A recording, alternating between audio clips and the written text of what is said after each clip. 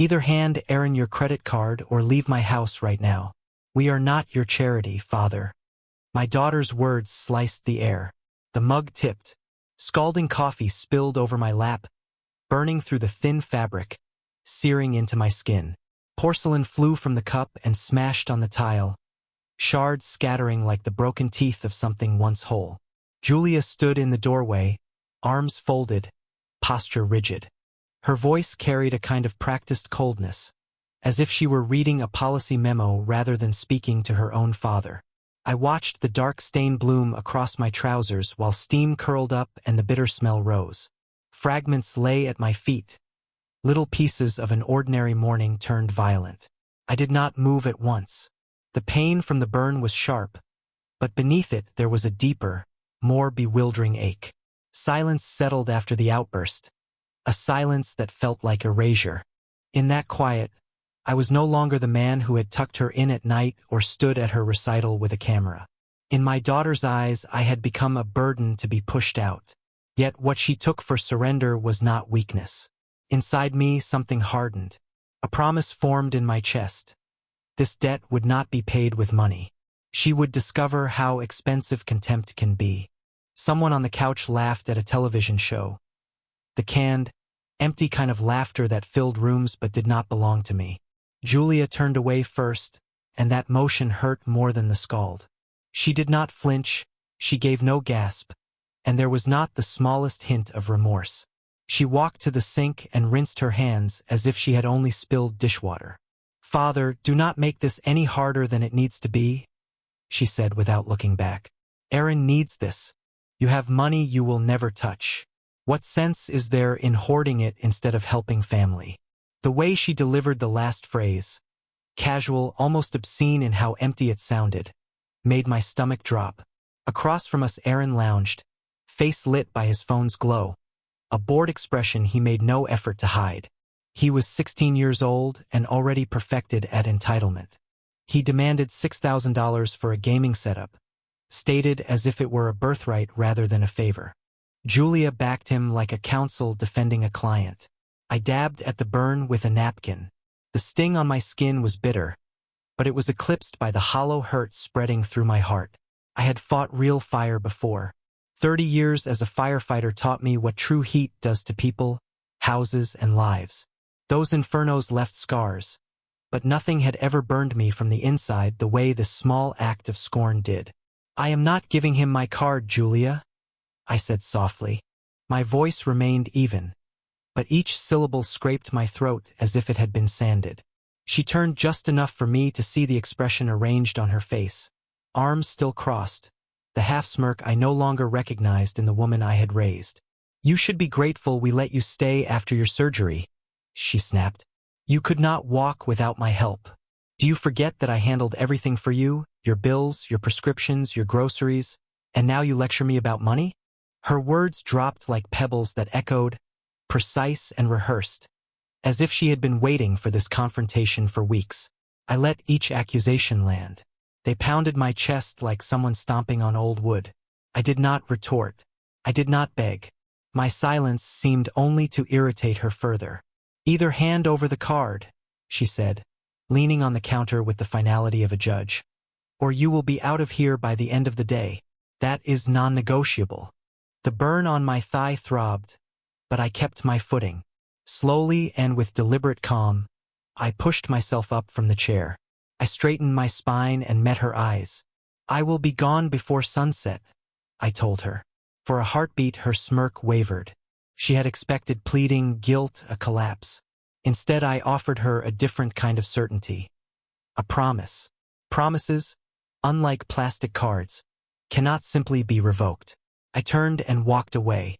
My steps were heavy, each one dragging memories behind me like thread. The corridor to the spare room seemed immeasurably long.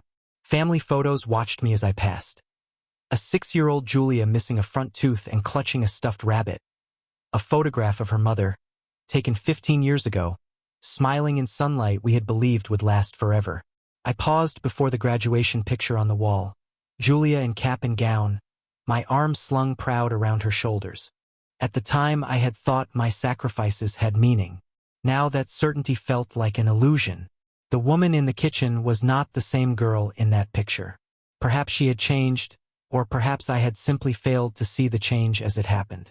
In the spare room, the air carried the faint, clinical scent of detergent and antiseptic. My suitcase sat in the closet, dusty but expectant. I tugged it down and was surprised by its weight. My hip ached from the motion, a reminder of recent fragility, but pain was a familiar companion I knew how to bear. I opened the nightstand drawer and found an envelope I had hidden months earlier. Inside were copies of my birth certificate, my insurance cards, and a small slip of paper with my bank routing information scrawled in my unsteady handwriting. At the time, I had stashed those documents without fully understanding why. Now the reason was plain. Some part of me had always suspected this day would arrive. I sat on the edge of the bed with the suitcase at my feet.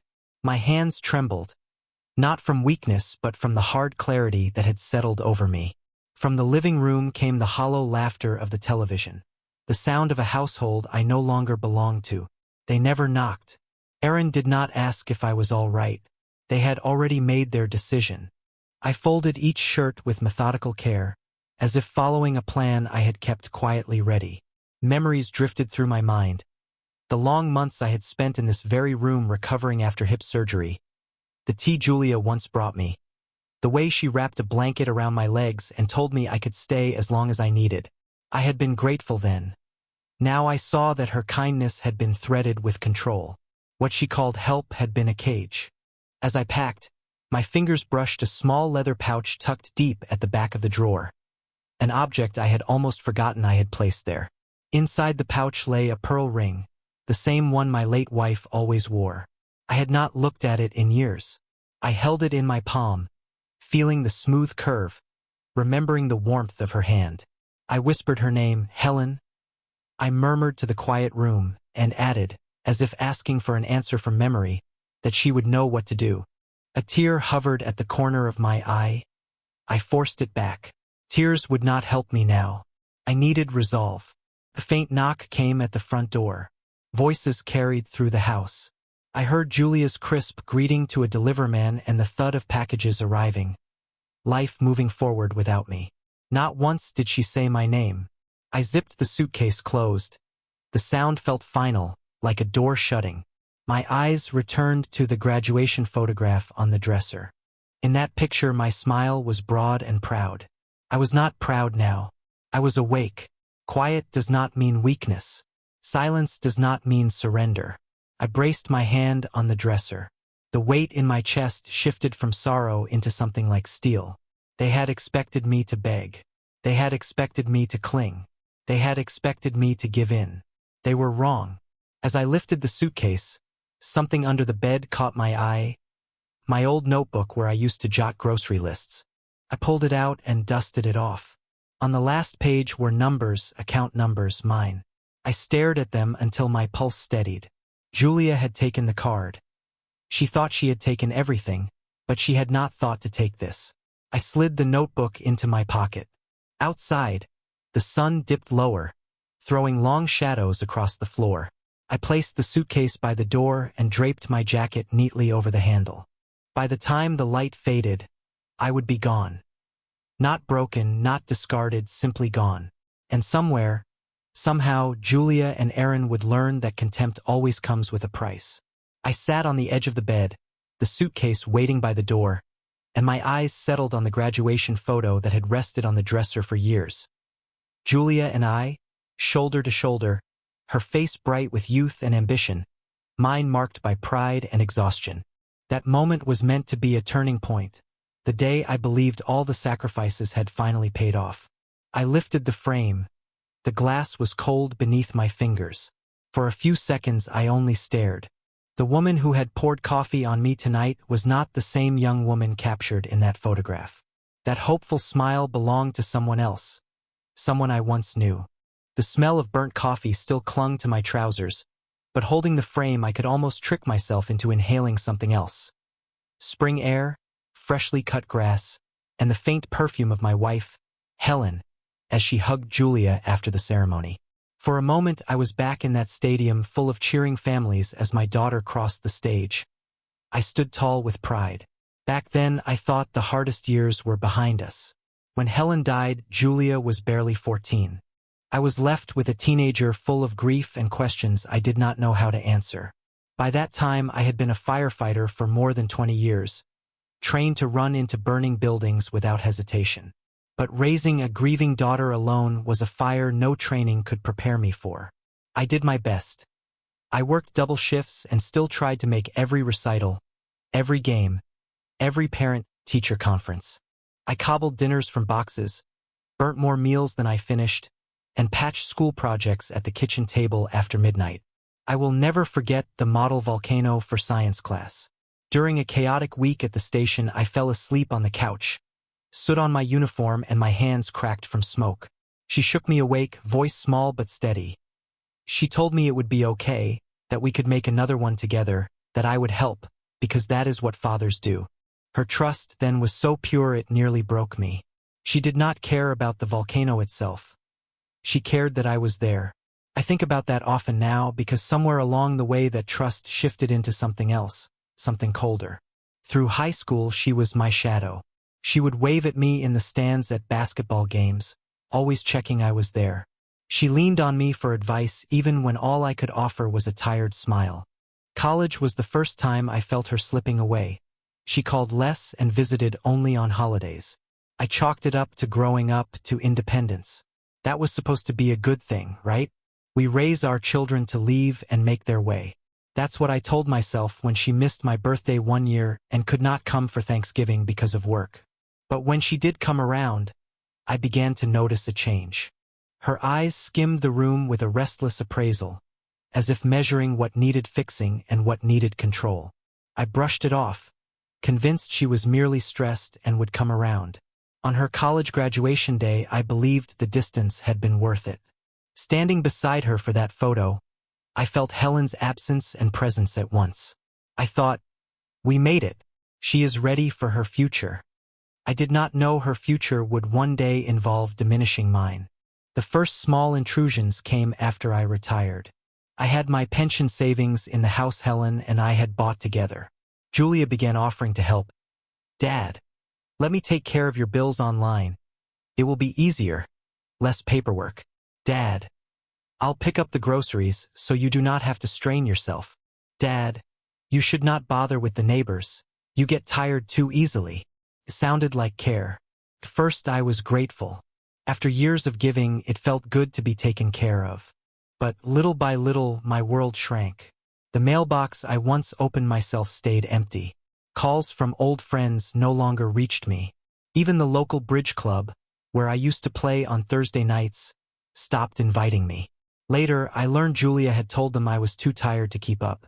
I told myself it was temporary, that she was simply helping me recover after my hip replacement, that she was busy managing things. But the truth was sharper. She was managing me. One evening about 3 years ago, she came home late from work. I was waiting in the living room, the same way I once did when she was a teenager sneaking in past curfew. Old habits die hard. She kicked off her shoes and said, sharper than I expected, "You don't have to wait up for me, Dad." I tried to laugh it off, saying I just wanted to make sure she got home safe. She sighed and answered, "Safe, Dad? I am 30 years old. I do not need a chaperone." The sting of her words lasted long after she had gone to bed. I sat in the quiet house, realizing for the first time that I might have overstayed my welcome in her life. Still, I stayed because fathers don't give up. Fathers remain, even when the door is slowly closing. The signs only grew louder. She rolled her eyes when I asked about her job. She brushed off my advice with a flat, "You would not understand." She flinched at the mention of money, as if my questions about my own accounts were accusations. One night, I overheard her on the phone with a friend.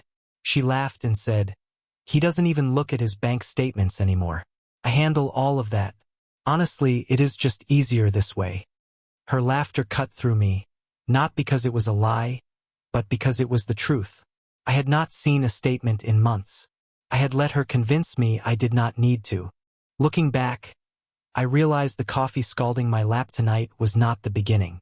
It was the inevitable conclusion of a long, slow erasure. one I had allowed. I turned the graduation photo in my hands, watching the lamplight shimmer across the glass. That smile of hers used to mean everything to me. I built my life around protecting it. But over the years it had changed, hardened. Tonight, in the kitchen, it had become the same smirk she wore while declaring I was either a credit card or a burden. That was the part that broke me. Not the pain on my skin, not the stain on my trousers, but the realization that somewhere between that photograph and tonight I had lost my daughter. Or perhaps she had lost herself. A car horn outside jolted me back. The photo slipped from my hand and struck the dresser, the glass cracking into a spiderweb fracture. Perfect. Another break. Another reminder that things once whole do not always remain whole. I placed the frame face down. I could not bear to see that smile anymore. I opened the nightstand drawer and pulled out the old notebook where I once scribbled grocery lists. I flipped through the pages, bread, batteries, notes, until I reached the last sheet. Numbers. Account numbers I had copied months ago, just in case. I could not explain why I wrote them then. Maybe it was habit, maybe paranoia, maybe something deeper. Perhaps some part of me knew this day would arrive. That silence was not safety but a trap. Julia believed she had taken everything. She thought she had stripped me down to nothing. But she had not taken this. I slid the notebook into my jacket pocket. Its small weight pressed against me like an ember waiting to catch. I looked around the room one more time. The walls I had stared at through recovery, the bed where I had lain grateful for her care, the closet where I had tucked away a suitcase thinking it was only temporary. Nothing had been temporary. It had been a slow replacement of my independence, my dignity, myself. But not anymore. From the living room, the television hummed, Julia's laughter floating above it. I listened the way I once listened outside her bedroom door, making sure she was safe as a child. Only now, the laugh belonged to a stranger. I lifted my suitcase, set it by the door, and drew a long breath. Quiet does not mean weak. Silence does not mean surrender. I was not broken. I was not discarded. I was only beginning. I sat at the desk in the guest room long after the house had gone still. My suitcase leaned against the door, but my eyes kept drifting back to the notebook in my jacket pocket. It was nothing special. A cheap cover, bent corners, half filled with lists and scribbles. But on the very last page, nearly torn out months ago, were numbers in my shaky handwriting. My accounts. I cannot say exactly why I recorded them. Perhaps habit, perhaps paranoia, perhaps something deeper. A part of me that already knew this day would come. I dragged an old laptop from under the bed. Dust coated the lid, and the hinges groaned as I pried it open. I had not touched it in more than a year. Julia once told me there was no need. "You will only confuse yourself, Dad," she had said, plucking it out of my hands when I tried to check my email. "I will handle it. You rest." At the time, I let her. But tonight, I was not resting. Tonight, I needed answers. The laptop sputtered to life, screen glowing faintly like an old friend stirring awake. I typed the first password that came to mind, Helen's birthday. Denied. I tried our anniversary as a password. Denied again. My hands hovered above the keys, useless like broken tools. For a moment, I thought maybe Julia was right. Maybe I had no business trying anymore. Then my eyes landed on the Bible on the shelf. I pulled it down, thumbed through its worn pages, and a faded yellow sticky note slid out. My own handwriting stared back at me, the password I had tucked there months ago. I typed it slowly. The screen blinked. Suddenly, I was inside my account, my name glowing at the top of the page. It is hard to describe that feeling. For months I had felt erased, invisible, managed like an entry on an expense report. There it was, my name. Proof that I still existed somewhere that was not filtered through my daughter's control. The relief was short-lived. I scrolled through the transactions and each line hit like a blow.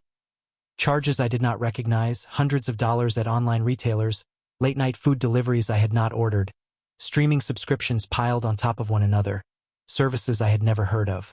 Then the gaming charges, thousands of dollars spread across weeks and months. Money siphoned from my pension in digital drips. The most recent was yesterday, $600 at an electronics store. Aaron. I leaned back in the chair and gripped the arms until my knuckles whitened. The burn on my legs throbbed as if to remind me this was not new, not sudden. This was who they had become. Julia had not merely snapped tonight. She had been building toward this, piece by piece, until the day she no longer needed to ask. I printed the statements one after another. The old printer coughed and spat out sheets that landed soft but heavy in the tray. I stacked them carefully, tapping the edges into neat lines. They were not just paper, they were proof. Proof my silence had been mistaken for surrender. Proof my trust had been warped into opportunity. Then I spotted it. Buried among the draining withdrawals, one line that glowed like an ember. A deposit.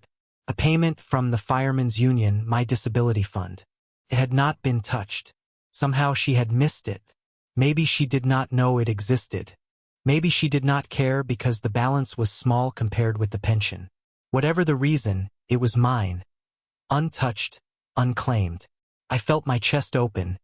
Air-filled places I had not known were empty.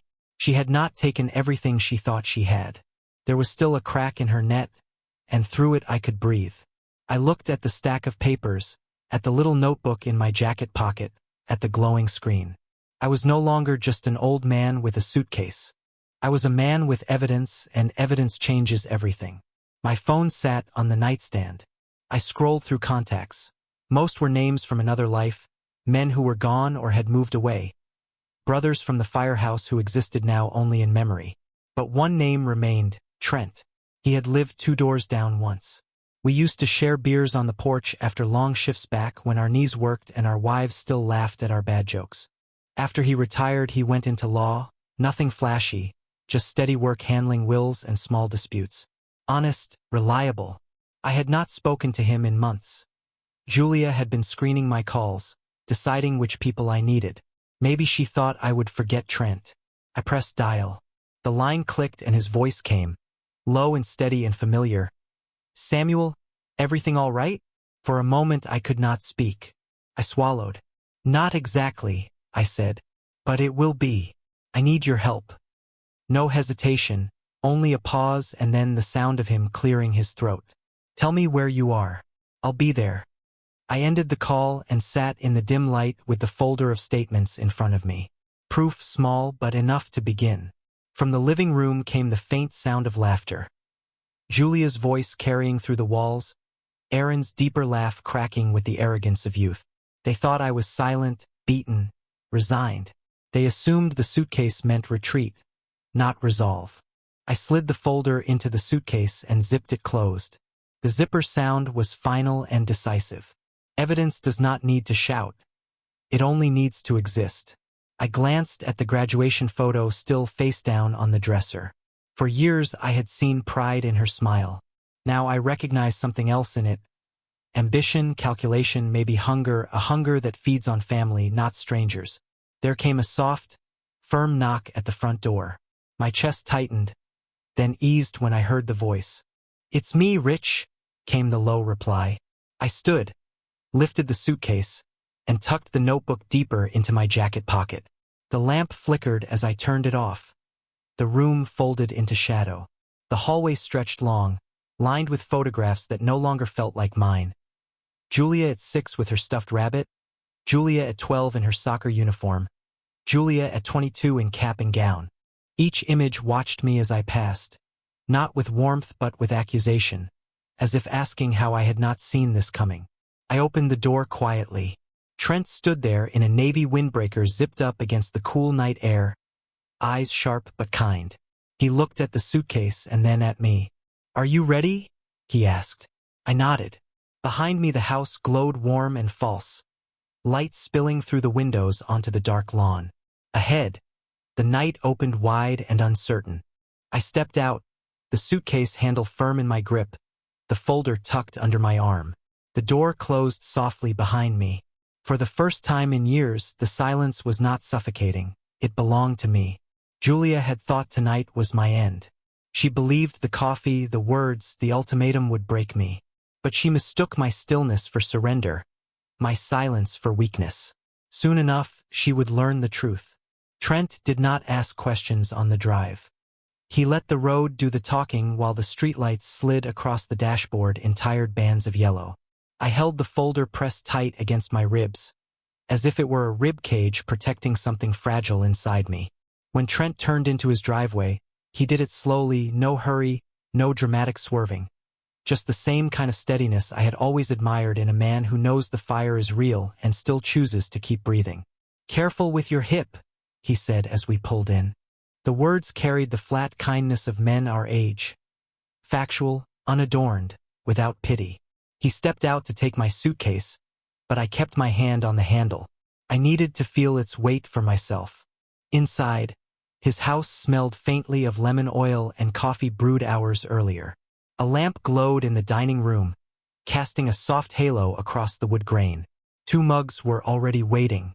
In the center of the table sat a yellow legal pad with a ballpoint pen resting across it like a seesaw. He had prepared for this. I realized he had been ready before I even knew I would ask. We sat.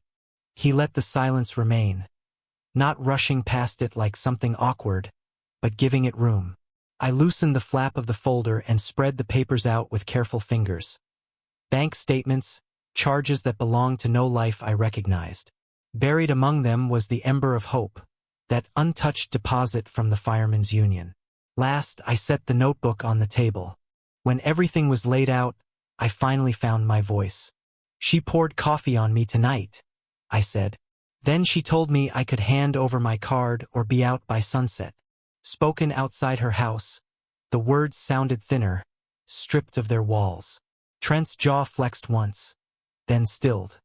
He reached for a statement and slid his glasses down from his forehead like a visor falling into place.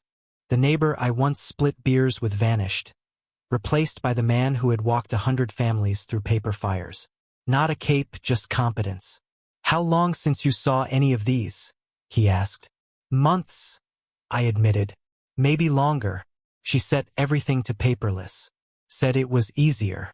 Claimed she meant well at first. He made a low sound in his throat. Not quite laughter. He tapped a line with his pen. 11.99, repeated.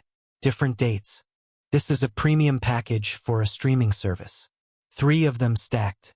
You don't watch these."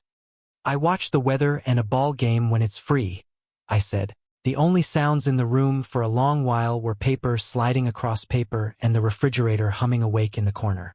When he reached the deposit, he paused and looked up.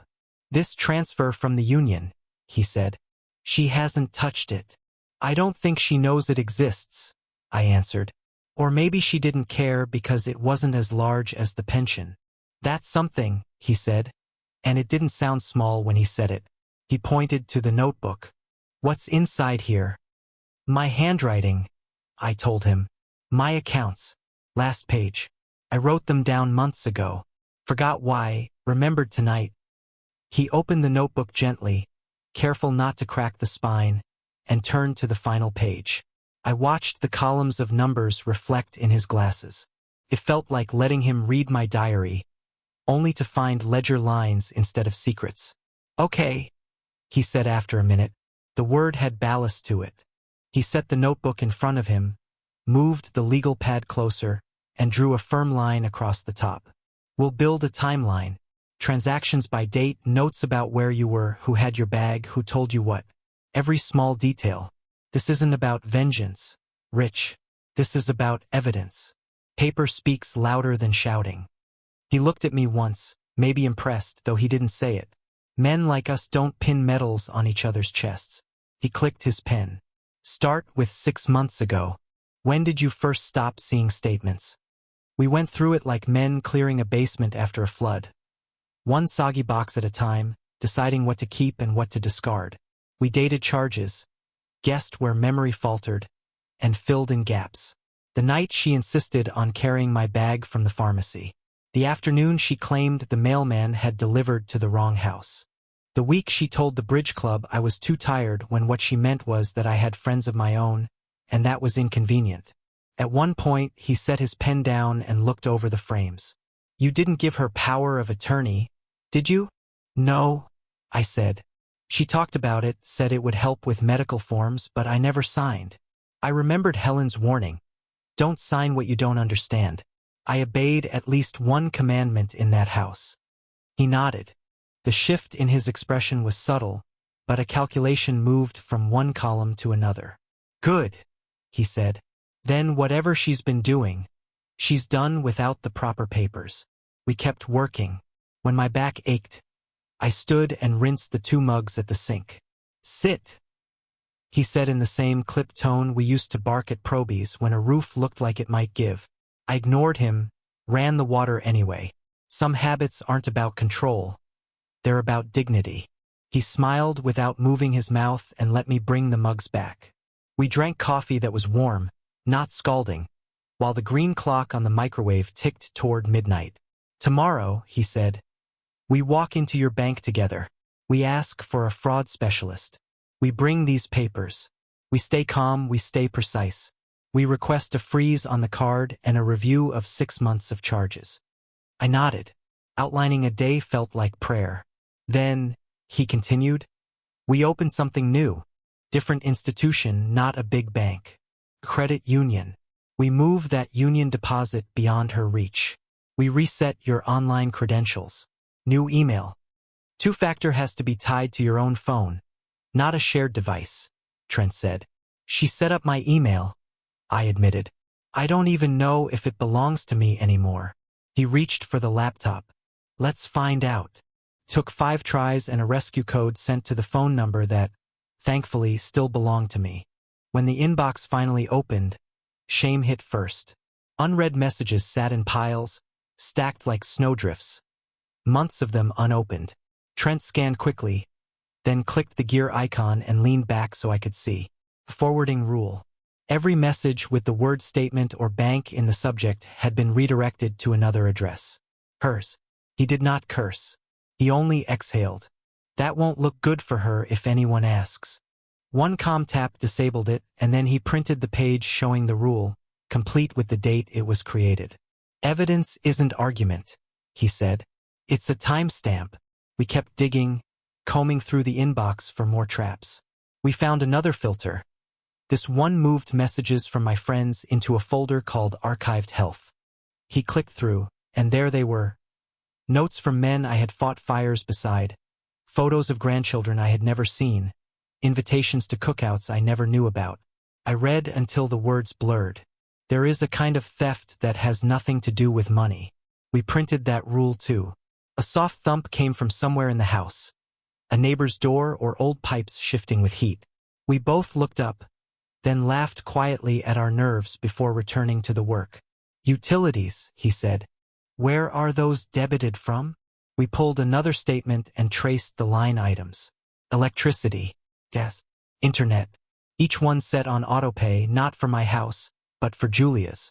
My money was keeping her lights on, warming the kitchen where a coffee mug cooled, feeding the router her boy used to live stream his games on equipment I had unknowingly bought. I never asked you to pay my bills, I said, and the words sounded foolish even as I spoke them, like a child insisting he hadn't stolen cookies while crumbs clung to his lip. You didn't need to ask, Trent replied. She set it up so you couldn't. He pulled out his phone. Who are you calling? I asked. A woman at the county's senior protection unit. She doesn't wear a badge, but when she shows up, bank managers button their jackets. He stepped into the hall, speaking low so his voice wouldn't drown out mine. I sipped coffee and listened to the murmur. When he returned, a pen was tucked behind his ear. She'll meet us at the bank tomorrow. Says you're not the first. Says it helps to have someone whose title carries shine. You think they'll believe me? The question escaped before I could stop it. It sounded small, childish. They'll believe the paper, he said. And they'll believe the man who brings it in without smoke on his breath. We worked until the lamp carved a bright pool of light into the darkness, like a ship floating on black water. At one point, Trent opened a wooden box and set it on the table. Inside were proper forms. A template for revoking authorizations, an affidavit for disputed charges, a checklist written in his tidy hand. He had done this for others before, I realized quietly, like helping a neighbor change a tire in the driveway. He slid the revocation template across to me. This is for any permission they claim you gave. We fill it out, Attach the statements, the email rules, the timeline. We don't accuse, we describe. I picked up the pen. Felt heavier than it should. The yellow paper felt too yellow. I did not authorize. Writing it down felt strange, like making a grocery list of innocence. It was noble, ridiculous, and necessary all at once. By the second page, my hand steadied. By the third, my handwriting straightened. Posture can be chosen, even at a kitchen table. When Trent asked about the deed to my house, I barked out a bitter laugh. I don't know where the original is. Julia moved most of the files after my surgery. Said she was organizing. Maybe she decided my papers were her papers. He nodded, another quiet calculation shifting columns. I can pull a copy from the county recorder tomorrow. Did you ever sign a quit claim? Add her to the title for hospital paperwork? No. I remembered those conversations. How she floated the idea like a feather, never quite placing it in my hand.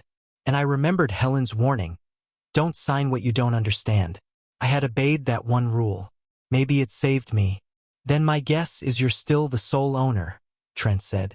Which means she's been living there at your sufferance. That matters, Rich.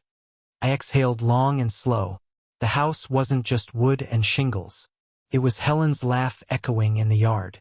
The pencil marks on the pantry door measuring Julia's growth year by year. My name, black on white, in a county drawer. Something I had thought gone. Maybe not gone at all. Tomorrow, Trent repeated, softer this time. Bank first, recorder second, credit union third, and the post office. I think she rerouted some of my mail, I said before I knew why. I can't prove it, but I don't remember the last time I held an envelope with my own name on it. I'd like to hold one again. He added it to the list without comment. At 2 in the morning the kettle whistled, as if to remind us that even quiet battles deserve tea. He poured. I signed. We scanned with the app on his phone, the blue progress bar crawling upward like a rescue line on a burning wall. Once or twice my eyes burned, not from the coffee spilled earlier, but from what I could finally see clearly now. He pretended not to notice. That is the kind of kindness men can give each other. Sleep some, he said after 3. Guest rooms down the hall. Sheets are clean. Door locks from the inside. Trent said it like a feature for security, not hospitality. I stood, my knees making their quiet complaints, and carried myself toward the doorway. He placed a hand on my arm. Not a grab, just the kind of touch you give someone who has walked through a hard door. We'll let the forms do the talking, he said. The guest room window looked out on a maple tree, its leaves moving like whispers. I lay down fully dressed. The old firefighter in me has always wanted to be ready, not because I expected a blaze, but because readiness itself is comfort. The burn on my thighs ached when I shifted, but the pain felt like consequence, not sentence. Eventually, I slept. When I woke, dawn was still a rumor. By 7, we were at the bank, the small branch on Main Street where the teller still recognizes you if you wear the same hat twice. The manager pulled us into his office, because Trent carried the badge he doesn't actually own. A posture, a stack of organized papers, and a voice that says, "We're not here to threaten. We're here to fix." Nadia from the county arrived 10 minutes later. She introduced herself with a firm handshake and a smile that didn't try to smooth anything over.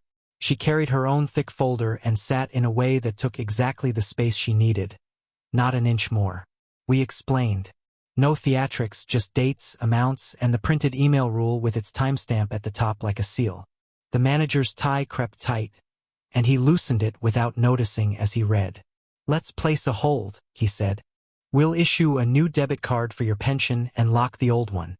I'll flag these 6 months of charges for review as potentially unauthorized. Some will be harder to dispute than others, but this pattern speaks." Nadia's pen moved quickly. "I'll file an elder financial exploitation notice," she said. And even the word elder didn't sting because she said it like a category that deserved its own guard. "This doesn't automatically open a criminal case, Mr. Archer, but it creates a record. It makes banks and merchants take your dispute seriously. Would you be willing to give a brief statement?" "Yes," I answered. surprised by how easy the word came. We did it at a small round table. My voice stayed steady as she wrote, pausing to read back lines so I could claim them. I did not authorize. I did not receive. My daughter set up, words I never thought I would say about my own blood. But speaking them felt less like betrayal and more like pulling a splinter, the wound already there, the tool simply bringing it into daylight. When we finished, Nadia slid me a card. If she shows up here, or at your residence, or even at your friend's home, and you feel pressured or unsafe, call. You don't have to make it a scene. Just don't make it a secret. I nodded and tucked it into the same wallet Julia had tried to pull from my pocket last week when she insisted on carrying my bag. The credit union was next. Quieter, humming like a library.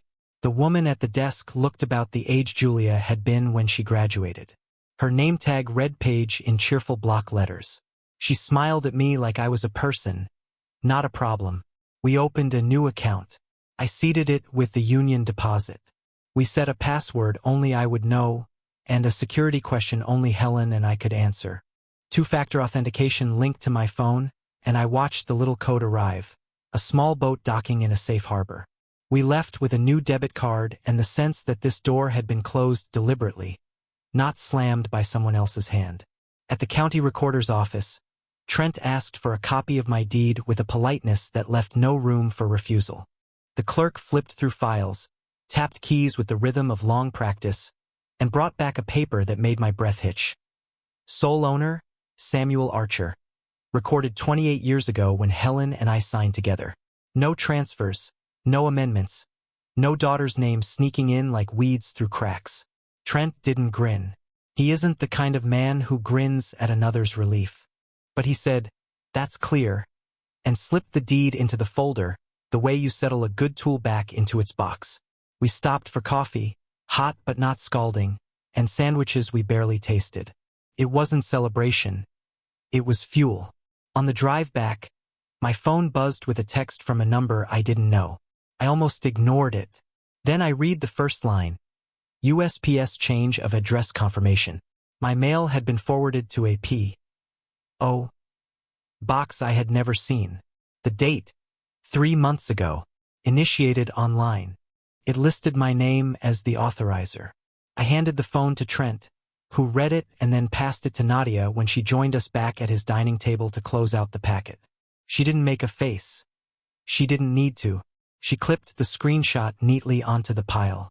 "This doesn't look like care when a prosecutor lays it on a table," she said. "We're not calling the police today," I murmured, more to myself than to her. It wasn't fear. It was a boundary.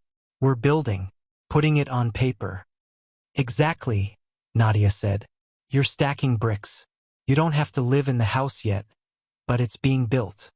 The day ended the way some fires do, not with trumpets, not with a clean wind, but with the hiss of wet ash. Trent's lamp glowed. The folder had grown heavy with our work. On the legal pad, he wrote the short list for tomorrow. Speak with the bank's fraud investigator. File the forwarding reversal. Update Social Security with a new mailing address, mine for now. Schedule a meeting with my friend who handles simple trusts, the kind that quiet things down before they get loud. Trent spoke as he wrote, his pencil steady. I sat back and listened to the house breathe. Somewhere outside, a dog barked once, then fell silent. The maple tree rustled its leaves in the dark. I looked down at my hands. Old man's hands, veined and speckled, and felt no shame. Those hands had pulled men out of rooms they thought they would die in. They could pull me out, too. "I'm not calling her," I said, almost to the wood grain of the table. "I'm not explaining the way I've always explained." Trent tore the sheet from the pad and handed it to me. "You don't have to. It's all explained right here." He switched off the lamp, leaving the room in a darkness that wasn't menacing, only soft. I gathered the folder to my chest and felt the quiet wrap around me like the blanket Helen used to drape over my knees when I'd fallen asleep on the couch. For the first time in months, I wanted sleep not as escape, but as a way to meet the morning. The phone vibrated on the table. I almost ignored it, then saw the preview. Appointment confirmed. Property assessment scheduled 2 afternoons from now. Not requested by me. requested by a household manager using my email, the same account that had been forwarding my statements into a dark folder. The address listed was my house. I set the phone face down and let silence do its work. Trent watched me. Nadia watched me. No one said, "Call her." No one said, "Storm over there." No one said anything at all. Finally, I spoke, and my voice didn't shake. "Let the papers answer." It felt less like surrender and more like setting a lever beneath a beam. Somewhere back in that other kitchen, steam from a careless cup still lingered in the air. But here the air was clear. Tomorrow would bring work. Tonight, I locked the guest room door from the inside, not out of fear of who might enter, but because I finally had something worth keeping out.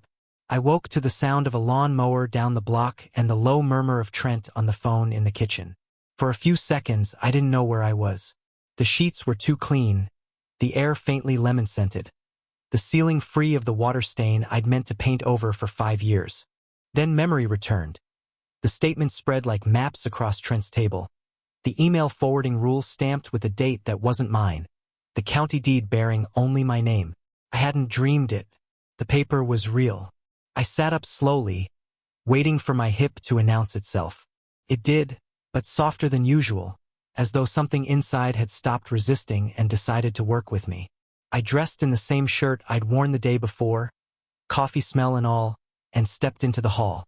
Trent stood at the sink, pencil tucked behind his ear, phone to his shoulder, listening the way he does. Chin lowered, eyes narrowed, patient. He ended the call with a quiet, "Understood," set the phone down, and looked at me as if checking a pulse. "You slept?" he asked. "Some," I answered. "Enough," he said and nodded toward the table. "We've got appointments lined up. Nadia arranged a fraud investigator at the bank for this afternoon. The recorder sent a certified copy of your deed. And Paige at the credit union flagged 2 failed login attempts on your new account early this morning from an unfamiliar device. Nothing got through." I let that sink in. Already, he repeated. "That's what people do when their faucet gets turned off. They bang the pipes." I poured coffee. Black.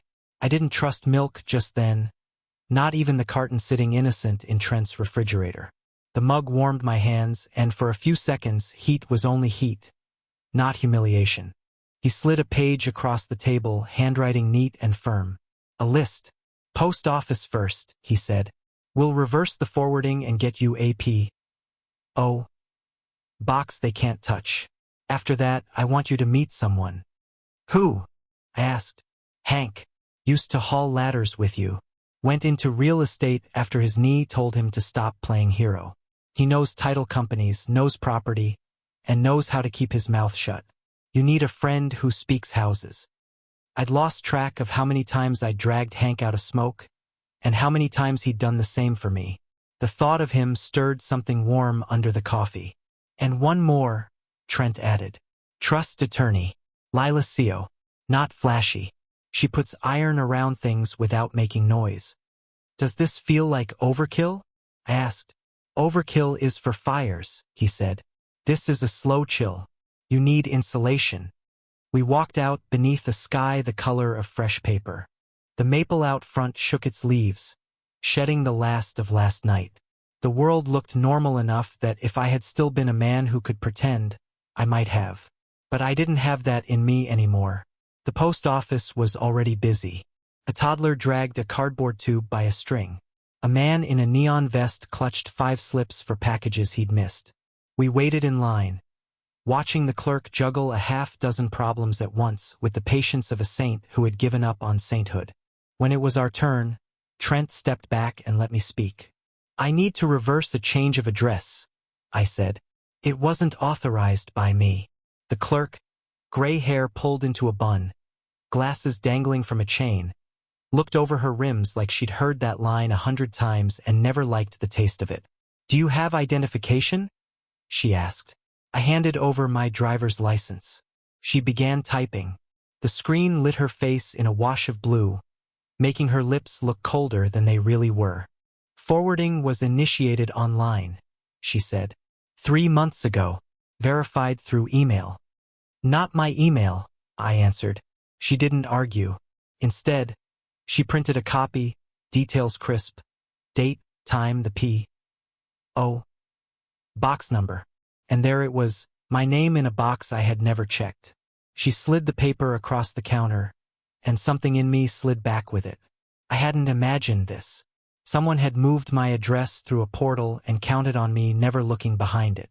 "We'll file a reversal," she said. "It might take about a week to unwind. Do you want a box here?" "Yes, a small one." "A small box is as private as a large one," she said. I liked her for that. No upsell, no gloss, just dignity offered straight. She walked me through the form and watched while I wrote my name. When I handed the pen back, she didn't look at me but at the line I had signed, as though acknowledging the name itself was a kind of restoration. "Check this every other day," she said. "Not because it'll be full, but because it's yours." We left with a key to box 137. I turned it in my palm like a coin before slipping it into the wallet that kept refusing to leave me. Hank was already at the diner on Brookside. Easy to spot. Broad shoulders gone to a broad middle, firehouse cap faded to a ghost, hands like shovels wrapped around a mug. He stood when he saw me, grinned without showing teeth, and hugged me hard. Once, the way you do when the simple fact that the man is still here is enough. "Jesus, Richie," he said, stepping back, eyes scanning for bruises, posture for weakness. "You okay?" "I've been worse," I said.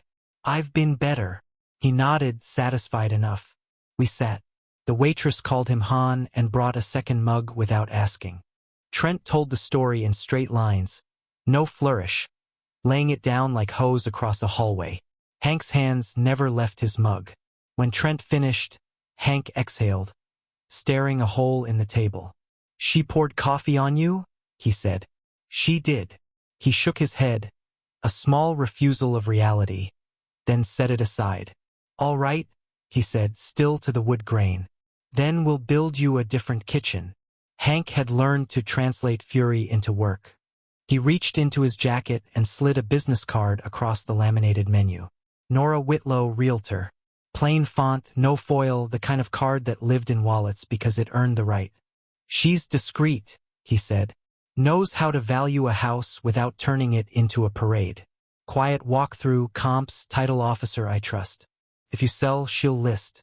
If you keep, she'll show you how to lock it down. If you want it in a trust, she'll hold her breath until the papers land." "Tell her to schedule it," I said. Then I took a breath. This morning someone scheduled an appraisal at my house, using my email. Hank's brows climbed under the brim. "Let me guess. Not you." "Not me." "Then it's either a refinance or they're testing value for a sale they think you'll never see." He pulled a napkin close, wrote chain custody in block letters, underlined it twice. "Everything you authorize about that house runs through someone who can spell those words. You don't meet service people there alone. The appraiser who shows up works with your paperwork, not theirs." The waitress set down plates we hadn't ordered. Eggs, toast, fruit that looked startled to be awake. We ate because food is fuel when ladders need raising. Between bites, Hank told a story about a widow whose nephew had turned her place into an Airbnb without her knowing what an app even was. No arrests, no sting operation. Just a restraining order, a lock change, and a porch light that came on at the right time. The woman slept through the night for the first time in a year. "Quiet wins," Hank said. "Good paper. Good locks." After the diner, we drove to Lila Sio's office. Her building was like every other low brick strip holding small businesses and secrets. A plant in the lobby looked either very healthy or very fake. The row of chairs suggested no one expected to stay long. She stepped into the doorway right on time, said my name the way a neighbor calls you in from the yard. "Mr. Archer," she said, offering a hand. "I'm sorry we're meeting under these conditions." "I've had worse fires," I replied. "And better coffee." Her smile was real, not pity. We sat at her conference table and I laid out the folder. She slipped on reading glasses and handled each page with both hands, the way you lift a fragile plate from a shelf. When she finished, she removed the glasses and set them on the closed file. This is not an uncommon story, she said. But it's a clean one. You still hold title to the home. No power of attorney. You have demonstrable control tactics, email forwarding, mail forwarding, set up without your consent. And you have a pattern of exploitation that shows dependency, which paradoxically strengthens your credibility. I nodded like I understood every word. What do? We create an irrevocable trust, she said, sketching a small box on her pad and writing my name inside. The house goes in. Pension accounts can go in later. You're the grantor and the beneficiary. A trustee, not you, holds the pen. Someone who won't fold under pressure. Could be Trent, could be a bank, could be another attorney. But I prefer someone who'll answer your calls after dinner. Trent, I said. Trent didn't flinch. Happy to be boring. Lila smiled with her eyes. We'll also draft a no-contact letter. Not accusatory, just factual. As of this date, Ms. Andrews is no longer authorized to transact on or access property or accounts belonging to Mr. Archer. Dry is what you want. Dry leaves nothing to argue against. I don't want to humiliate her, I admitted, surprised how true that still was. I just want her to stop. This approach does both, Lila said. If law enforcement needs to step in later, the paper builds a clear sequence. If they don't, this often ends it. We went through the trust form line by line. My name in boxes, the house's legal description, the trustee designation. She added the recorder's number and parcel coordinates, then pressed a button on her desk to summon the notary. The notary arrived with a neutral face and a seal that clicked like punctuation. I signed my name with a pen that glided smoother than I expected. At the bottom of the page, Samuel Archer looked once again like a man I recognized. Lila handed me copies and explained the original would be recorded within 48 hours. Once that's done, she said, any attempt to refinance or sell without the trustee will hit a wall. A polite wall, but a wall nonetheless. Thank you, I said, the word small and weighted. Don't thank me yet, she replied. Thank the machinery of law. It's dull. That's its genius. We stepped out into an afternoon that looked unchanged. The same cars passing, the same birds cutting the sky, the same boys on bikes showing off tricks they didn't need to learn twice. But my chest felt different beneath my shirt. The house was no longer an address Julia managed through attitude and scheduling. It had become a line on a recorded page, soon to live inside a box with my name and Trent's steady hand guarding the lid. Something in me, long held tight, finally exhaled. On the way back to Trent's, Hank called. I've got Nora for 3 o'clock tomorrow at your place, he said. She'll meet us there with a clipboard, a camera, and no patience for nonsense. I'll be with her. You stay on the sidewalk. If anyone asks, she's there at the owner's request. Someone already scheduled an appraisal with my email, I told him. We saw the text. That's fine, Hank said. Let their stranger write their number. We'll write ours on better paper. Back at Trent's table, Nadia was waiting, posture straight, folder in hand, the kind of presence that only leans if you earn it. She had been to the bank while we were with Lila. A fraud investigator had already started tracing merchant data behind the charges. She slid a printout across the table. Orders placed at 2 in the morning, deliveries to my address, signatures captured on an iPad I had never touched. Do you want to see the screenshots? She asked. No, I said, before the images could etch themselves into me. I want you to have them. I already do, she said. I also lodged a hold on the forwarding order and marked the change of address request as disputed. That pushes it into a different bucket. Does it stop them? I asked. It slows them, she said, and it leaves footprints. She laid down a card with a direct line and a badge number belonging to someone who does wear one. If Ms. Andrews shows up at the bank, they'll call me. If she comes to your friend's home, you call me. If she calls you, don't answer. If she leaves a message, don't delete it. Silence is a kind of statement. Let her words pile up where they belong. I thought of Julia's flat, rehearsed tone in the kitchen, and I could hear how quickly it would harden into performance once she realized the door she'd been walking through had a lock. Pity stirred, but I didn't set it down in front of her like an offering. She could keep it. I was busy. Night came with a fatigue that wasn't defeat but simply the body's way of saying, "You work today." Trent cooked eggs again, burned the toast again. I ate it without complaint. We half-watched the local news, turning it off before the weather because I already knew tomorrow's forecast. A front rolling in from the west, and a smaller storm waiting on Brookside. Sleep came different. No flinching, no listening for footsteps in the hall. And when morning light striped through the blinds onto my arms, I thought, this is what a morning feels like when you own it. At 2:50 that afternoon, we parked on the street outside my house. The grass was cut, paid for with my money. The curtain was open because control likes to be seen. A white sedan sat in the driveway, a logo for appraisals and inspections stenciled on the door. A man with a tablet got out, checking his watch like his time weighed more than mine. Hank's truck pulled up behind us. He hopped out with a clipboard and a laminated card that wasn't a badge but looked enough like one. His name and license number announcing he was allowed to have opinions about houses for money. Nora stepped out of the passenger side. She looked to be in her 40s, calm face, camera around her neck, the kind of professional allergic to drama. "You must be Mr. Archer," she said on the sidewalk, extending her hand as if it were a document we were both signing. "We'll be brief and professional. You don't need to step inside. Hank will escort if entry is required. My evaluation stands independent of anything they say." The other appraiser approached with the easy arrogance of a man used to automatic clearance. He smiled the way you smile at a confused passenger on the wrong plane. "Hi there. We have an appraisal scheduled for this address." Nora shifted her stance just enough to block his drift toward the walkway. "And we have one scheduled by the owner," she said. "We're conducting ours now." His smile thinned. "I'll just need access." "From whom?" she asked. "From the household manager," he said, glancing at me. Then at the house, as if permission might sprout from the hedges. "The owner is present," Nora said evenly. "And he hasn't invited you in." "Look," he tried again. "I've got a calendar."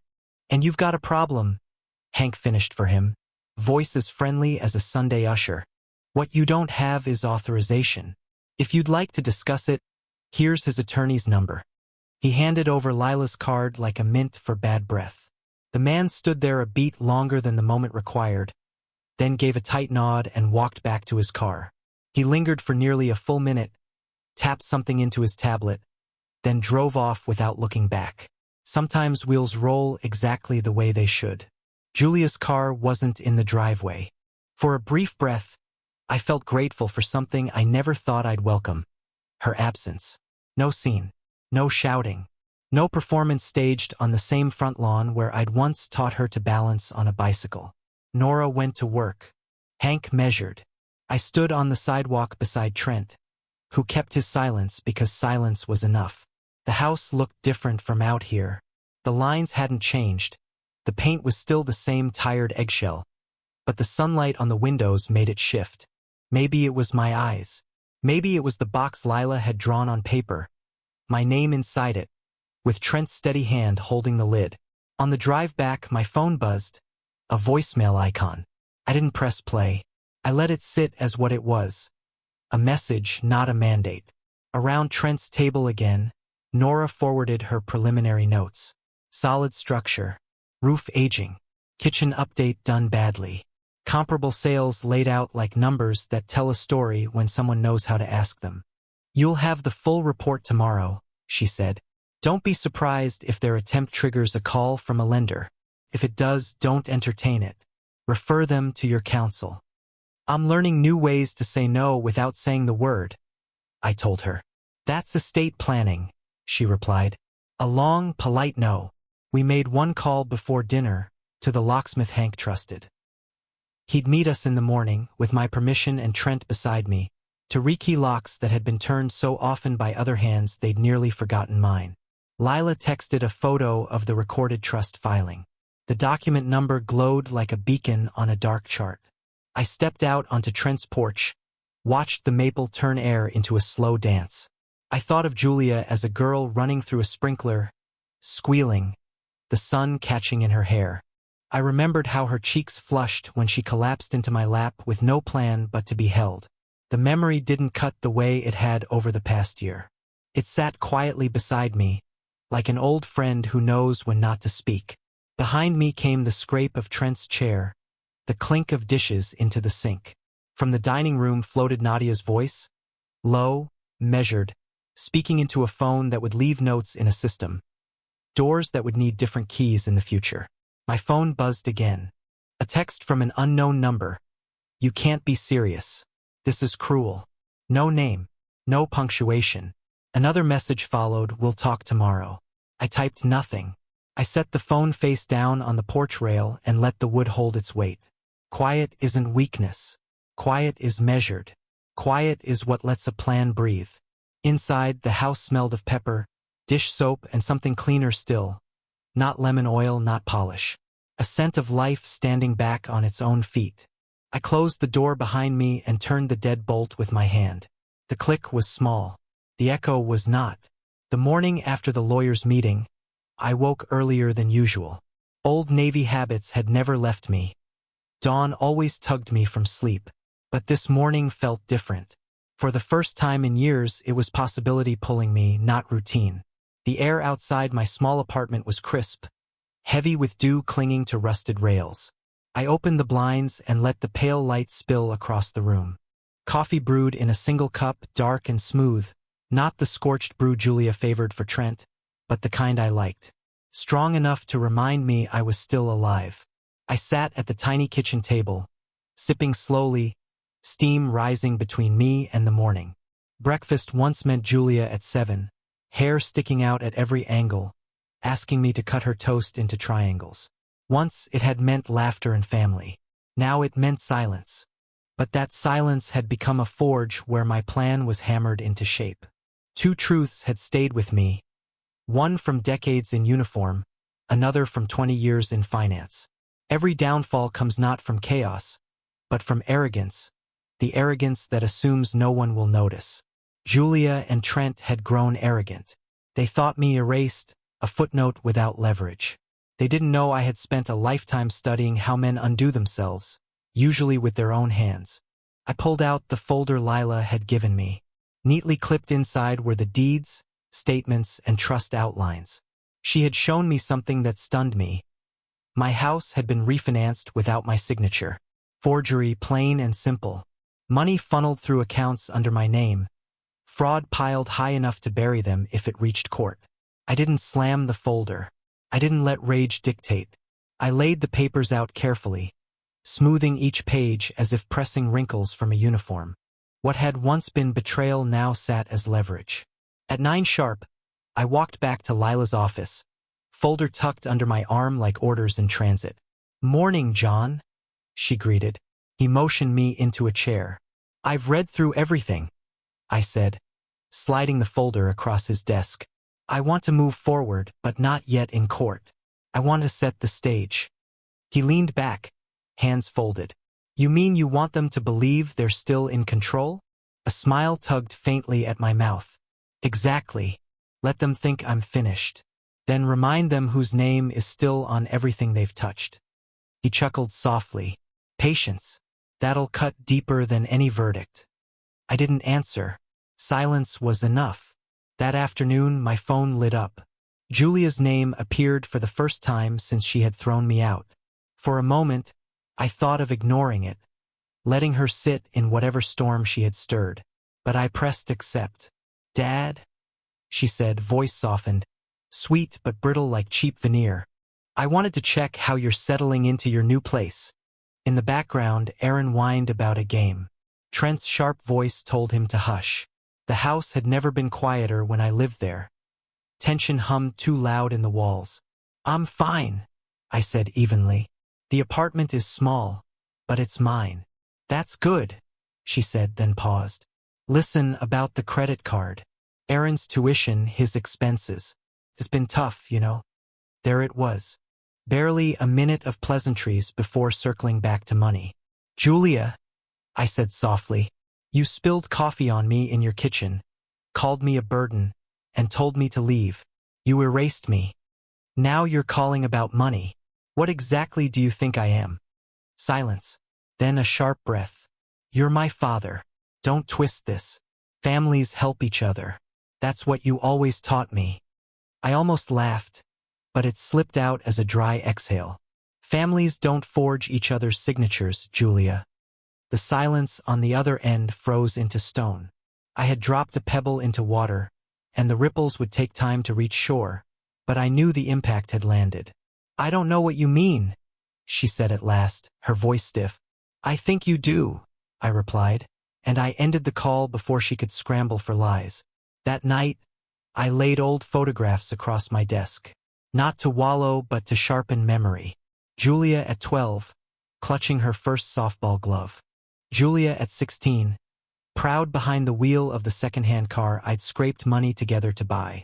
Julia in her graduation gown, my arms slung around her, both of us smiling as though nothing could shift us. And then Julia now, the same hands that once clung to my shoulders now tipping a mug of scalding coffee into my lap. I studied the images side by side, past against present. Then I slid the old ones back into the drawer. The girl in those photos no longer existed. The woman standing in my kitchen, arms folded and voice flat, was someone else entirely. And that woman would have to learn what it meant to underestimate me. The next week, I went to Aaron's school play. Not to cheer him on honesty matters, I didn't want to, but because appearances carry weight. I sat in the second row alone. Julia spotted me when she and Trent walked in. Her eyes widened, then narrowed. She hadn't expected me. During intermission, she came over, a smile stretched tight and brittle. Dad, didn't expect you. I wouldn't miss my grandson's performance, I said evenly. Trent hovered beside her, stiff, eyes darting toward me like I was a stain he couldn't scrub out. You're making this harder than it needs to be, he muttered under his breath. I leaned close, voice low and steady. No, Trent. You did that when you thought no one would notice the papers you signed with my name. He froze, his jaw clenched. For one moment, fear flickered in his eyes before he masked it with a smirk. You've got no proof. I nearly smiled. Almost. We'll see. Julia's hand shot to his arm. Her smile cracked just enough to betray nerves. They excused themselves quickly, retreating into the crowd. I remained seated, patient. Always patient.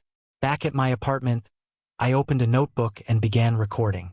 Every betrayal, every word, every forged signature, every slight, each entry dated, each fact detailed. Not because I'd forget, but because memory alone can be dismissed as bitterness. Written down, memory becomes evidence. Some nights I stayed awake, listening to the city outside my window. Cars humming, dogs barking, neighbors arguing. It reminded me of Navy nights on watch, scanning dark waters. Danger never arrived when you expected it. You had to stay still, alert, patient. So I waited. I let Julia and Trent stew. Let them wonder what I knew, what I didn't. Let fear gnaw at their sleep. One evening, the phone rang again. Julia's voice, this time sharp, almost frantic. Dad, we need to talk about the house. The bank. They said something about irregularities. We could lose everything if you press this. There it was at last, fear in her voice. Julia, I said, letting her name settle heavy in the air. You once told me I was a burden. Do burdens carry houses on their backs for their children? Do burdens pay tuition and groceries? Do burdens keep the roof from collapsing? She sniffled.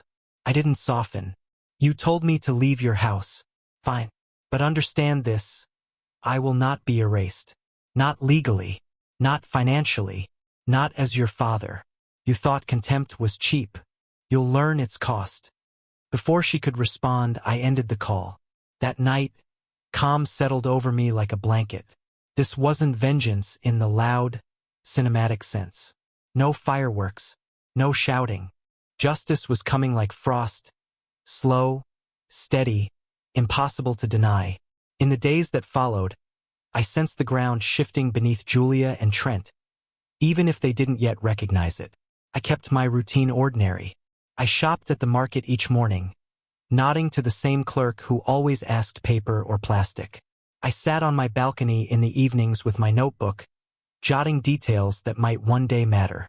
But beneath the ordinary, I felt like a man who had set a trap in the woods and was waiting for the rope to snap tight. A week later, a letter arrived. My name on the envelope, the stamp of the county court across the corner. I tore it open carefully, braced for another insult from the bank. Instead, it was a notice of pending foreclosure. Not against me, against Julia and Trent's property. My name was still tethered to the loan, which meant the notice had my address on it, too.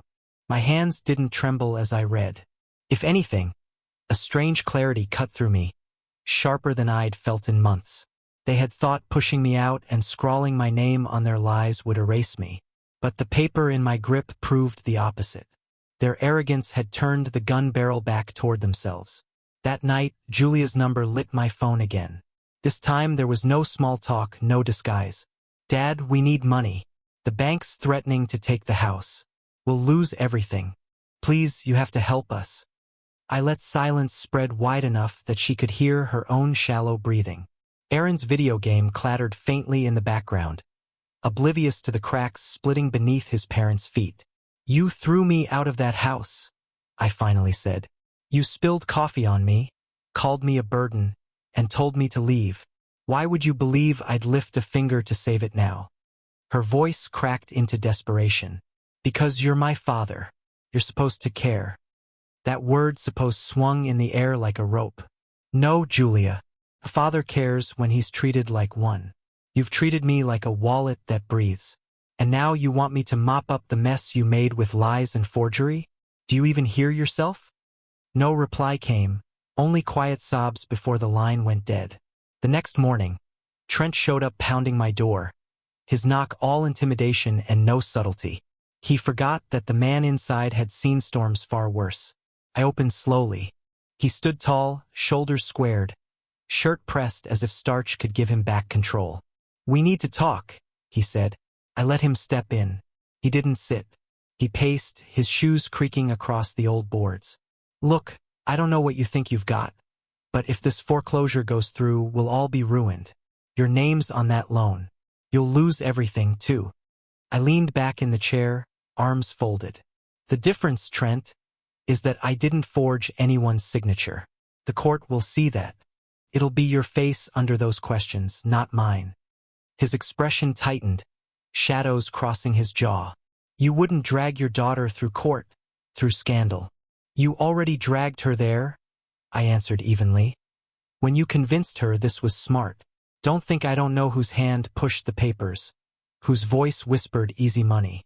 You've always mistaken my quiet for weakness. But weak men don't survive war. Weak men don't raise daughters alone while their wives fade in hospital beds. Weak men don't sit still when they're erased. And I've waited long enough." For the first time, he flinched. His mask cracked. "If you go through with this, you'll tear the family apart." I nearly laughed. "Trent, you already did." He left without another word, slamming the door so hard the frame quivered. But I caught the detail that mattered. Sweat darkening his collar, his hand trembling on the knob. Fear had found him, and fear makes men sloppy. 2 days later, another call came. Not from them, but from Erin's principal. She asked if I could come in. I assumed it was some ploy, another attempt at guilt. Instead, it was worse. Erin had been overheard boasting that his parents would buy a new boat once they got rid of some old man problems.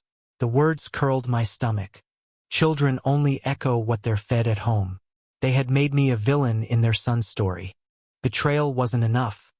They had to rewrite memory, too. The principal shifted uncomfortably across from me. "Mr. Miller, I just thought you should know." Erin seems confused. He talks like you're the reason his family is struggling.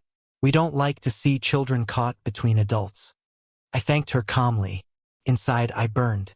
They weren't just poisoning bank ledgers. They were poisoning blood. I walked out with my jaw tight, chest heavy. That was the moment hesitation left me. If they wanted a war of stories, I would give them one lined with proof. That night, I called my lawyer. "It's time," I said. "File the suit. fraud, forgery, the whole list. Understood, he replied without pause. We'll move quickly. The weeks blurred. Papers signed. Hearings scheduled. Julia stopped calling. Trent tried once, leaving a voicemail dripping with threats, but I deleted it halfway. I let the law do its work, each page another nail in the coffin they had hammered together themselves. When the court date finally came, I buttoned my old navy blazer, the brass polish to catch the light. I wanted the judge to see me not as some frail old man preyed upon, but as someone who had weathered storms and refused to vanish. Julia and Trent sat opposite. I had never seen them look smaller. Julia's eyes darted everywhere but toward me. Trent's jaw locked, but his restless hands betrayed the nerves chewing through him.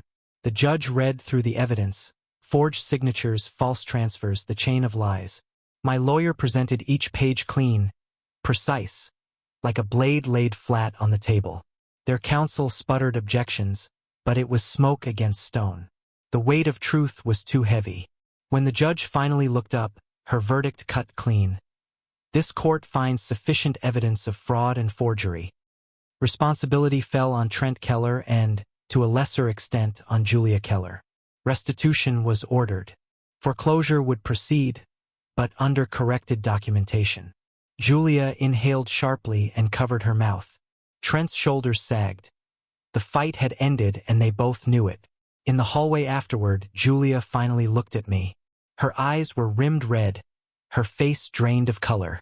"Dad," she whispered, almost the way she had when she was small. "How could you do this?" I studied her for a long moment. "No, Julia, how could you?" I said. "I gave you everything, and when it came to a choice, you gave me contempt. This isn't me attacking you. This is me refusing to let you erase me." She lifted a hand as if to touch my arm, but I stepped back. There are wounds a hand cannot heal. Her hand fell.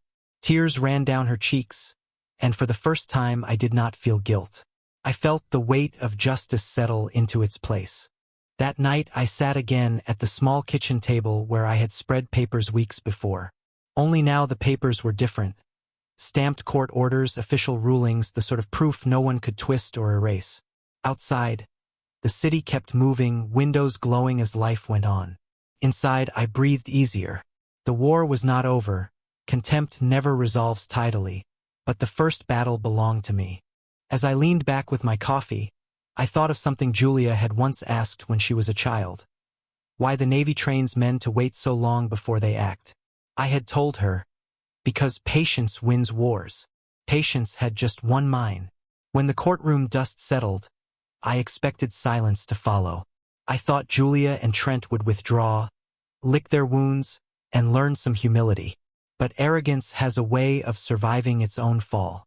It hides in whispers and the stories people tell themselves at night. The weeks after the trial did not bring peace. They brought the slow unraveling of what they had held together. It began with Aaron, 15, stuck between boyhood and something like manhood. Children see falsehoods faster than adults admit. One evening as I locked my door, I found him at the bottom of the stairwell. Hoodie 2 sizes too large, sneakers scuffed. He stood there, quiet, searching for an anchor. "Aaron," I said gently, "what are you doing here?" He shifted, hands shoved deep in his pockets. "Mom doesn't know I'm here," he admitted, words heavier than his years. I gestured him up. Inside I put the kettle on and made tea, the only small offering that made sense. He slumped at my table, shoulders hunched, eyes on the grain of the wood.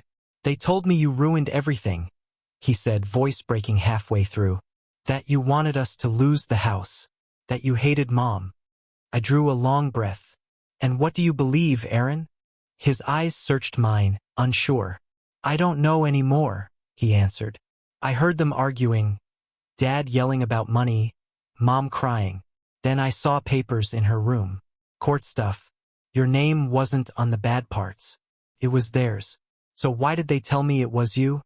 Something nodded in my chest. This boy, my grandson, old enough to see through lies but young enough to carry their burden. I spoke gently. "Sometimes people who are ashamed point a finger at someone else. It's easier than facing the truth. They thought I would be the easier villain. He swallowed, blinking fast. I don't know who to believe anymore. I leaned forward. Believe what you see, not what you're told. That's the hard lesson I learned. Watch actions more than words. If I hated your mother, would I have raised her, paid her bills, kept her safe when she was younger? If I wanted you to suffer, would I have left only when she told me to leave instead of fighting to stay? He sat quietly, then, almost a whisper, asked, "Do you hate her now?" That question cut deeper than any cup Julia had upended on me. I chose my answer carefully. No, I don't hate her, but I don't trust her. And sometimes that is worse. Love without trust is a house with no foundation. It looks whole until the first storm hits. Aaron studied the floor, nodded slowly as if he understood more than he should. When he left, he hugged me awkwardly, his thin arms barely reaching around my shoulders. It wasn't much, but it was enough to tell me the tide was turning.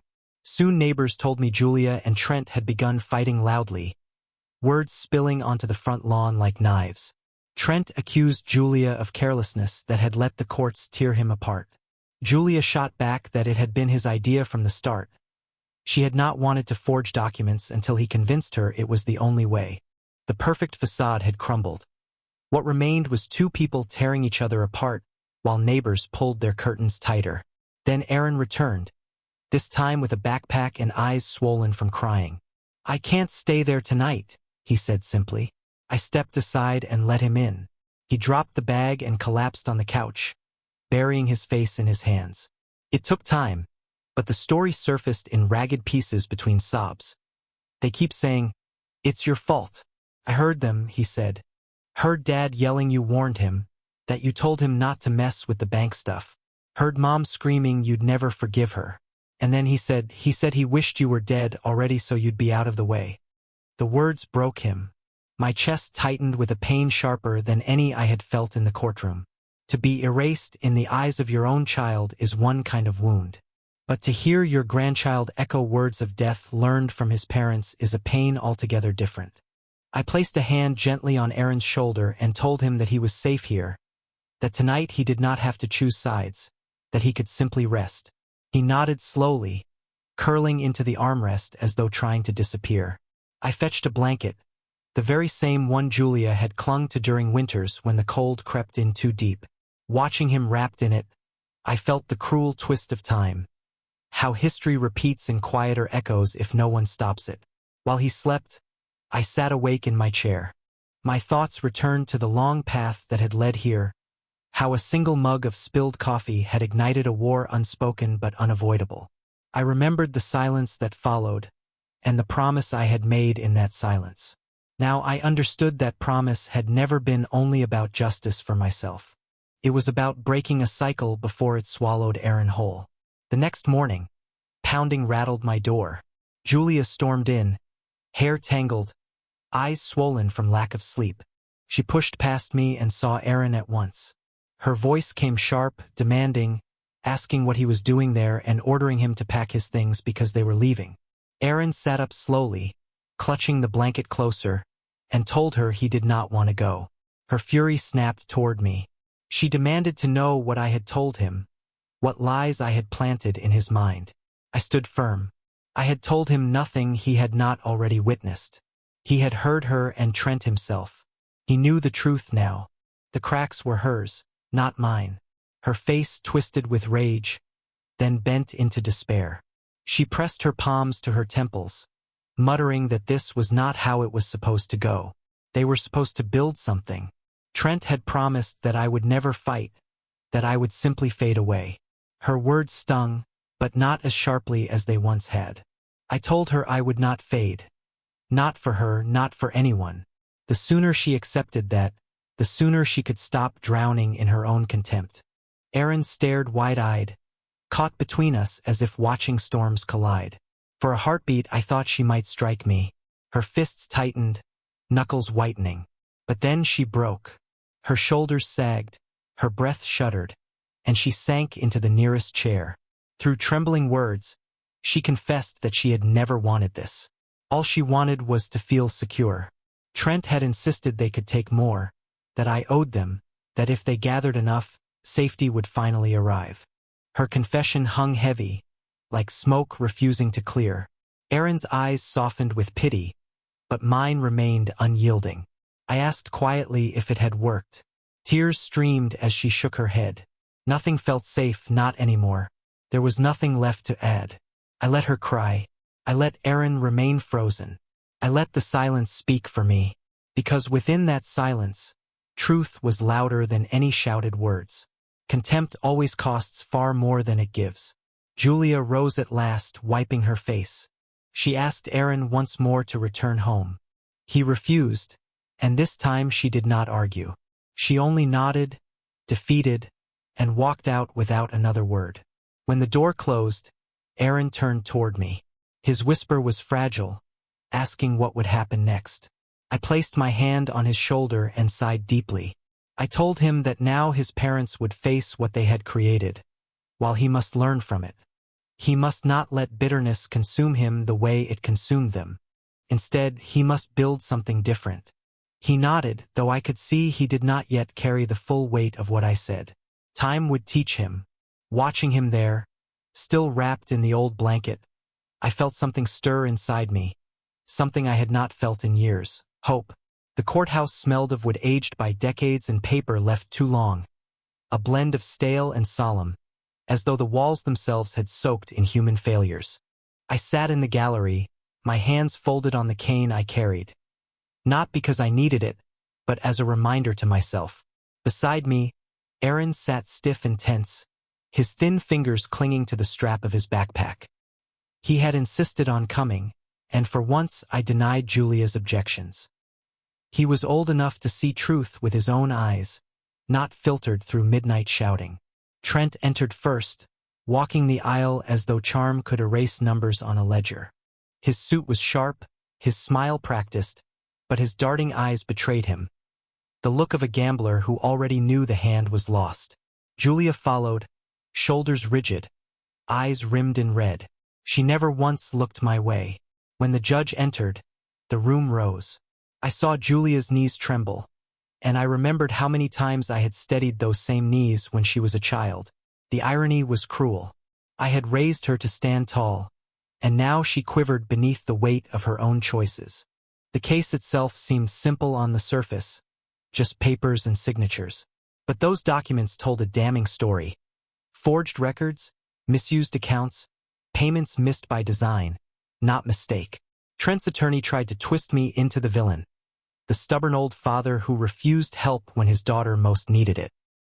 He claimed I had wealth, that I hoarded it, that if I had merely handed over my credit card as a compassionate parent, none of this would have unfolded. Then my lawyer, Tessa, stood. She did not need to raise her voice. She laid out the documents like puzzle pieces, pointing to signatures, showing the inconsistencies, building the timeline of how I had been cut out. Not because I had refused, but because Trent and Julia had deliberately chosen to sidestep me. With calm precision, she let the evidence speak. What unfolded in that courtroom was not neglect from a parent, but the calculated manipulation of those who twisted family bonds for their own profit. My lawyer explained with quiet force that I had not been asked for support. I had been ordered. And when I refused to give in blindly, I was cut out of my own daughter's life. What came after was not the result of my choices. It was theirs. The judge studied the documents with the patience of a man who had seen variations of this story many times before. Yet when his gavel struck wood, the echo was final, sharp enough to make the entire room flinch. Foreclosure would proceed. The defendants were responsible for damages as well as legal costs. He spoke their names clearly: Mr. Trent Keller and Mrs. Julia Keller.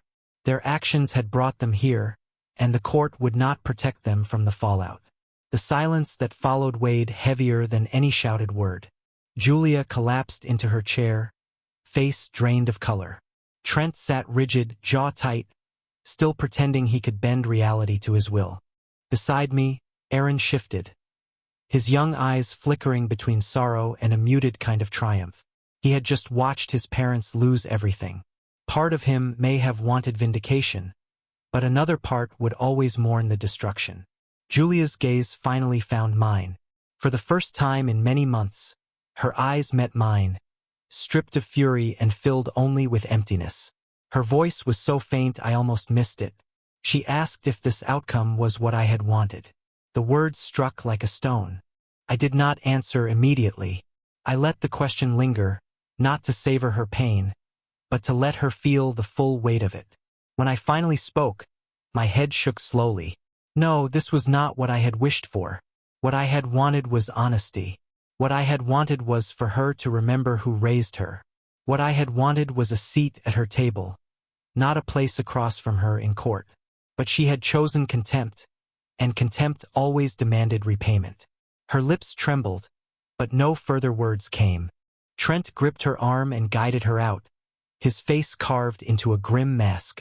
I did not watch them with satisfaction or even anger. I watched them go with the cold certainty that the promise I had made on the day of the coffee spill had finally reached its end. Aaron and I left the courthouse together.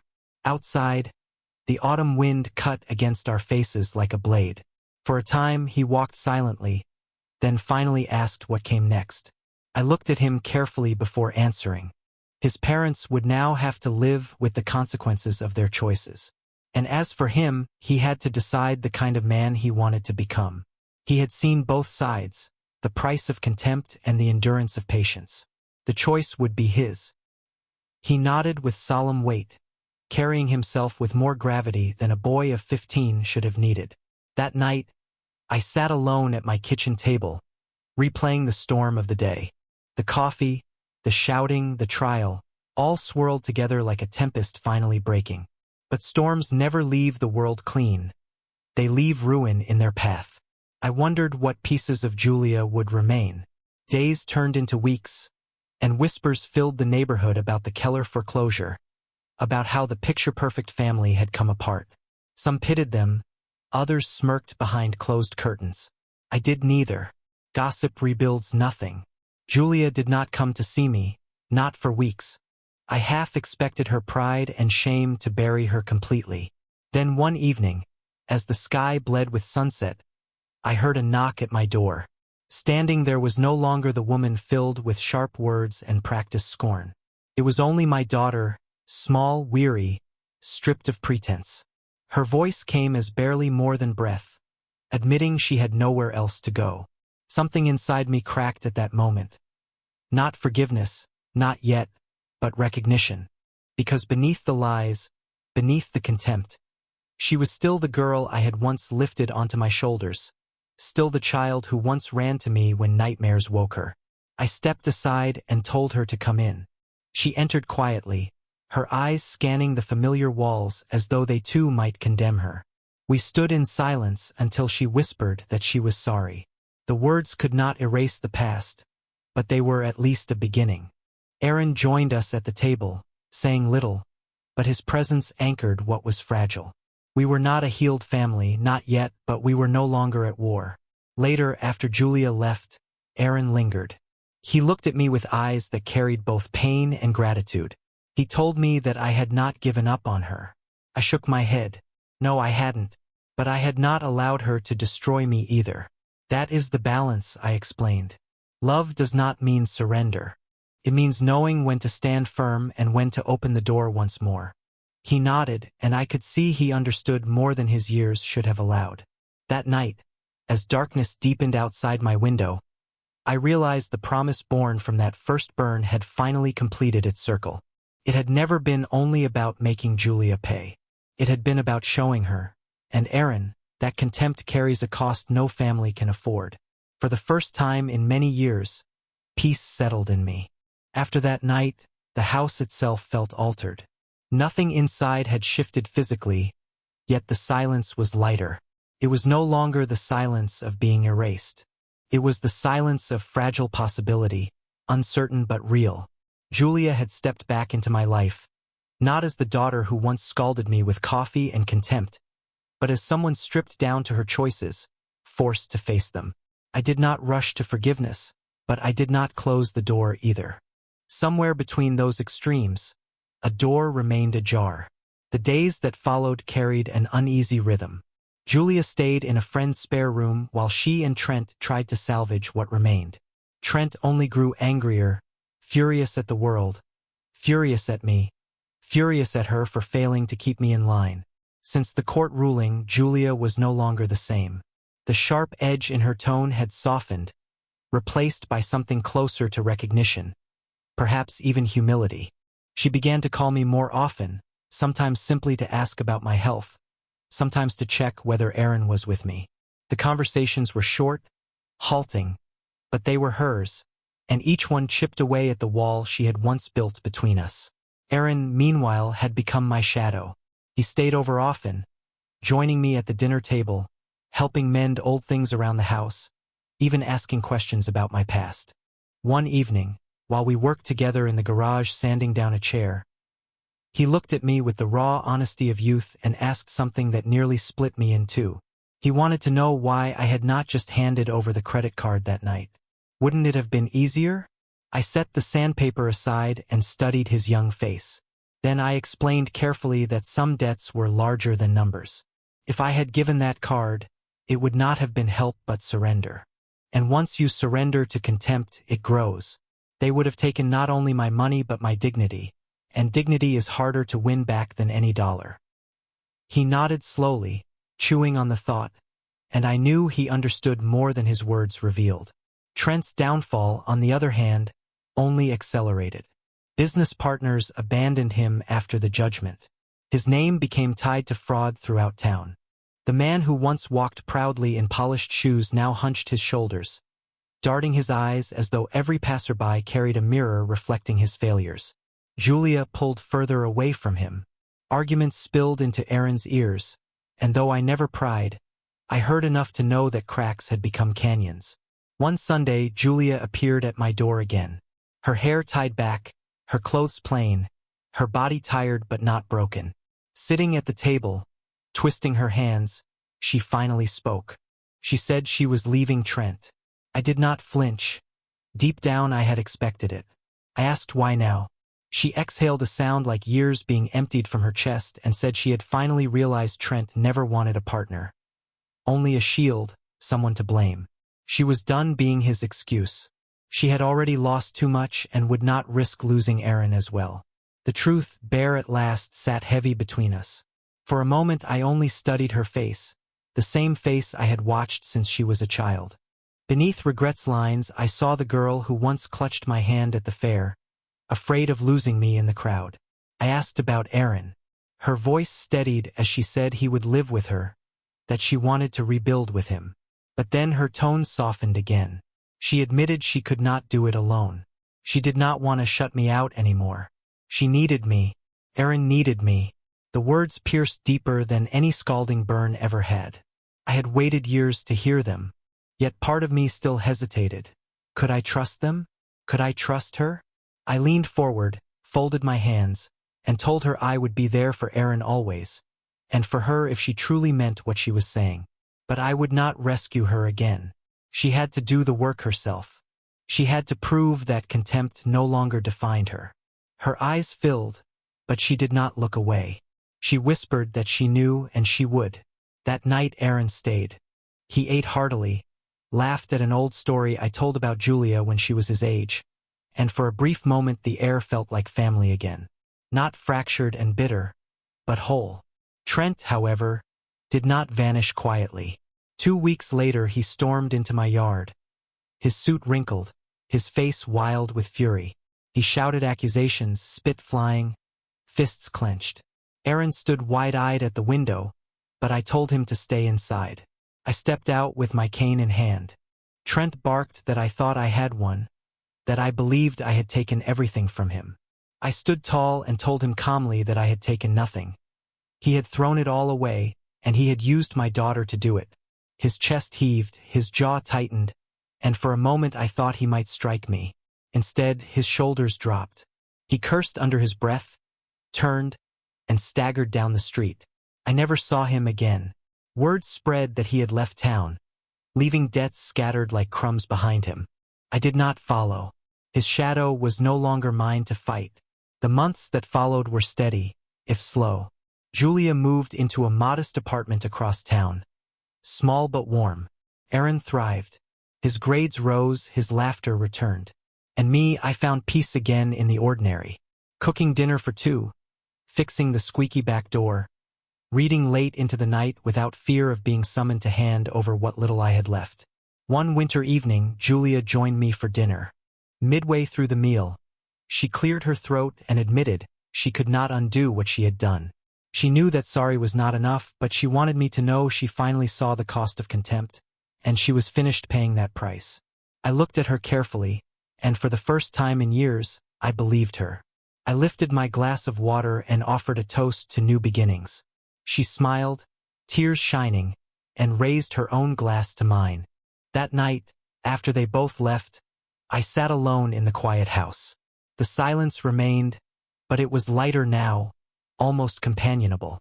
My thoughts returned to that day when coffee burned through cloth and words from my daughter cut deeper than the scald itself. On that day I had promised myself contempt would be answered. And in the end it had been. Not by vengeance, not by tearing everything apart, but by revelation, by allowing her to see for herself the heavy price contempt demanded. I leaned back in my chair and exhaled into the dimness of the room. Life had not given me the family I once imagined, yet it had given me something different, something harder, sharper, and more lasting. The truth that dignity is not a thing to be traded away like a credit card.